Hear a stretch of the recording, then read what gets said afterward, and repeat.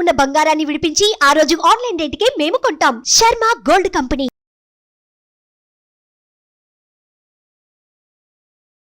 నమస్కారం, welcome to Suman TV.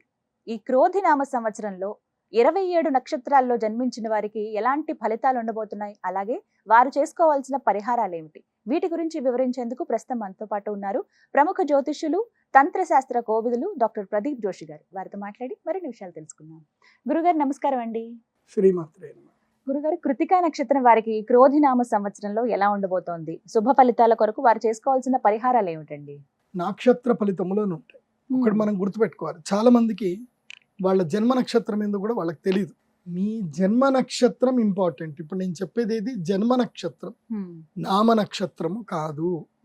నామ నక్షత్రం వేరు, జన్మ నక్షత్రం వేరు. నామ నక్షత్రానికి ఏ రాశి ఫలాలు గాని, ఏ గోచార ఫలితాలు గాని వర్తించవు. పేరు పేరే, పేరులో కొంచెం బలం ఉండాలి, అంతకు మించి ఏం లేదు. అది న్యూమరాలజీ అనుకోండి. నేను చెప్పేటువంటి పరీక్ష ఏవైతే నక్షత్ర ఫలితాలు ఏవైతే ఉన్నాయో ఇవి జన్మ నక్షత్రం అయితే తెలుసుకోవాలి. మీ జన్మ నక్షత్రం మీకు తెలియదంటే నా వెబ్సైట్కి విజిట్ అవ్వండి. అక్కడ మీ date of birth, time, place అన్ని కూడా ఎంటర్ చేయండి. మీకు మీ యొక్క జాతకం మీకు ఈమెయిల్లో PDF రూపంలో వస్తుంది. ఇది 500 పేజీలకు పైగా వస్తుంది. డే టు డే రిపోర్ట్ తో సహా వస్తుంది. అంటే ఈ రోజు ఏం జరగబోతుంది, రేపు ఏం జరగబోతుంది అనేది సూచన ప్రాయంగా డే టు డే రిపోర్ట్ తో సహా వస్తుంది. సో అది మీరు స్వీకరించవచ్చు. మీ జన్మ నక్షత్రం అక్కడి నుంచి తెలుసుకోండి. పేర్లను బట్టి ఇప్పుడు శ్రీనివాస్ అని పేరు ఉంటుంది, అందరు తులారాశి అని చెప్పేస్తారు. కాదు. ఇప్పుడు వెంకటేష్ అంటారు, వేవో కాకి మృగశిర నక్షత్రము అంటే ఇది మిథున రాశి అని చెప్పేస్తారు. కాదు. సో ఇలా పేరును బట్టి మీరు రాశులు చెప్పుకోకండి, నక్షత్రాలు చెప్పుకోకండి, దాని ఫలితాలు ఉండవు. సో ఇప్పుడు ఈ సంవత్సరము క్రోధినామ సంవత్సరంలో ఒక్కొక్క నక్షత్రం వారికి ఎలా ఫలితాలు ఉన్నాయో చెప్తాను. అందరూ జాగ్రత్తగా వినండి. మీ జన్మ నక్షత్రాన్ని బట్టి మీరు నోట్స్ రాసుకోండి. కృత్తికా నక్షత్రం. కృత్తిక అంటే ఇది కార్తికేయ నక్షత్రం అంటారు. ఇది మంచి నక్షత్రము, సూర్యుడు అధిపతి కలిగినటువంటి నక్షత్రం ఇది. ఈ కృత్తికా నక్షత్ర జాతకులకి ఏంటంటే తగ్గేదేలే అన్న డైలాగ్ ఈ సంవత్సరం కొట్టొద్దు. ఇంకా తగ్గేదే లేదు, నువ్వు చెప్పినట్టు నేను ఎందుకు వినాలి, ఇవేవి వద్దు. ప్రశాంతమైన చిత్తంతోటి ఉద్యోగం చేసుకోండి. ఈ సంవత్సరము ఉద్యోగ నష్టము, వ్యాపార నష్టము, ధన నష్టం ఉంటుంది. దూర ప్రయాణాలు చేయవలసిన పరిస్థితులు ఏర్పడతాయి. స్నేహితుల వలన ఇబ్బందులు కలుగుతాయి. కాబట్టి స్నేహధర్మ విషయంలో జాగ్రత్తగా ఉండండి. నా ఫ్రెండే ఒక 5 లక్షలు ఇస్తే పోయేదేముంది, ఇచ్చేయి అని చెప్పేసి ఒక 5 లక్షలు ఇచ్చేసి నోటు పత్రం లేకుండా ఇచ్చారనుకోండి, తర్వాత ఆ ఫ్రెండ్ తోటి మీరు గొడవ పెట్టుకోవాల్సి వస్తుంది. మంచి ఫ్రెండ్షిప్ పాడైపోతుంది. అయితే ఫ్రెండ్షిప్ నిలబెట్టుకోవాలి, లేదంటే 5 లక్షలు వదులుకోవాలి. ఇలాంటి పరిస్థితులు జరుగుతాయి. అందుకోసం ఇవన్నీ జరుగుతున్నాయి కాబట్టి చెప్తున్నా ఎక్స్పీరియన్స్ బట్టి.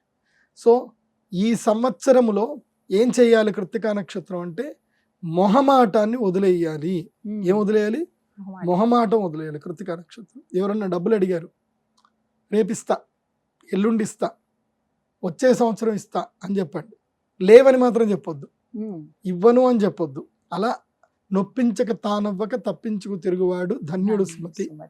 అలా కొంచెం టెక్నిక్స్ వాడుతూ చేయండి. ఫ్రెండ్ వచ్చి డబ్బులు అడిగారు, పార్టీకి వెళ్దాం పారా అని చెప్పి వాడికి కొంచెం ఏదో ఒకటి శాంతి చేసి పంపించేసేయండి. ఇటు ఫ్రెండ్షిప్ పోదు, ఇటు డబ్బులు పోదు. సో అలా చిన్న చిన్నగా ఏదైనా చేసుకోండి. ఈ సంవత్సరము కృత్తికా నక్షత్రం వారికి వాహన గండ యోగం ఉంది. అది కూడా ఎప్పుడు కూడా క్లియర్ గా చెప్తాను, వినండి. సంక్రాంతి గండము కృత్తికా నక్షత్రం వరకు ఉంది ఈ సంవత్సరం. అంటే డిసెంబర్ 24వ తారీఖు నుంచి జనవరి 18వ తారీఖు వరకు సంక్రాంతి పీడ దినాలు అంటారు. ఆ పీడ దినం లోపల మీకు గండం ఉండే అవకాశం ఉంటుంది. ముఖ్యంగా జలగండం ఉంటుంది. అదేవిధంగా ఈ దెబ్బలు తాకడము, వాహనాల దెబ్బలు తాకడం ఉంటుంది. జాగ్రత్త పడండి. మీరు అప్పటికే ఈ గ్రహణానికి అరిష్ట నివారణ తంత్రం చేయించుకుంటే మీకు మంచిదే. కాకపోతే వృషభ రాశి వారికి అంటే ఇప్పుడు ఈ యొక్క కృత్తికా నక్షత్రం మేషరాశిలో ఎవరైతే ఉంటారో వాళ్ళ గ్రహణ పూజ తప్పకుండా చేయించుకోండి.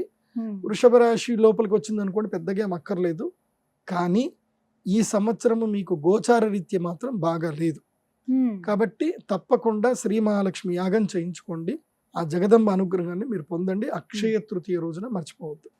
ఈ పరిహారాలు చేసుకోవడం శుభం అంటారు. మంచి- గురుగారు, రోహిణి నక్షత్రం వారికి ఈ క్రోధి నామ సంవత్సరంలో ఏ విధంగా ఉండబోతుంది అంటారు? అలాగే శుభ ఫలితాల కొరకు వారు చేసుకోవాల్సిన పరిహారాలు తెలియజేస్తారా? నక్షత్ర ఫలితములను ఉంటాయి. ఒకటి మనం గుర్తుపెట్టుకోవాలి, చాలా మందికి వాళ్ళ జన్మ నక్షత్రం ఏందో కూడా వాళ్ళకి తెలియదు. మీ జన్మ నక్షత్రం ఇంపార్టెంట్. ఇప్పుడు నేను చెప్పేది ఏది జన్మ నక్షత్రం, నామ నక్షత్రము కాదు. నామ నక్షత్రం వేరు, జన్మ నక్షత్రం వేరు. నామ నక్షత్రానికి ఏ రాశి ఫలాలు గాని ఏ గోచార ఫలితాలు గాని వర్తించవు. పేరు పేరే, పేరులో కొంచెం బలం ఉండాలి, అంతకు మించి ఏం లేదు. అది న్యూమరాలజీ అనుకోండి. నేను చెప్పేటువంటి పరీక్ష ఏవైతే నక్షత్ర ఫలితాలు ఏవైతే ఉన్నాయో ఇవి జన్మ నక్షత్రం అయితే తెలుసుకోవాలి. మీ జన్మ నక్షత్రం మీకు తెలియదంటే నా వెబ్సైట్కి విజిట్ అవ్వండి. అక్కడ మీ date of birth, time, place అన్ని కూడా ఎంటర్ చేయండి. మీకు మీ యొక్క జాతకం మీకు ఈమెయిల్లో PDF రూపంలో వస్తుంది. ఇది 500 పేజీలకు పైగా వస్తుంది. డే టు డే రిపోర్ట్ తో సహా వస్తుంది. అంటే ఈ రోజు ఏం జరగబోతుంది, రేపు ఏం జరగబోతుంది అనేది సూచన ప్రాయంగా డే టు డే రిపోర్ట్ తో సహా వస్తుంది. సో అది మీరు స్వీకరించవచ్చు. మీ జన్మ నక్షత్రం అక్కడి నుంచి తెలుసుకోండి. పేర్లను బట్టి ఇప్పుడు శ్రీనివాస్ అని పేరు ఉంటుంది, అందరు తులారాశి అని చెప్పేస్తారు. కాదు. ఇప్పుడు వెంకటేష్ అంటారు, వేవో కాకి మృగశిర నక్షత్రము అంటే ఇది మిథున రాశి అని చెప్పేస్తారు. కాదు.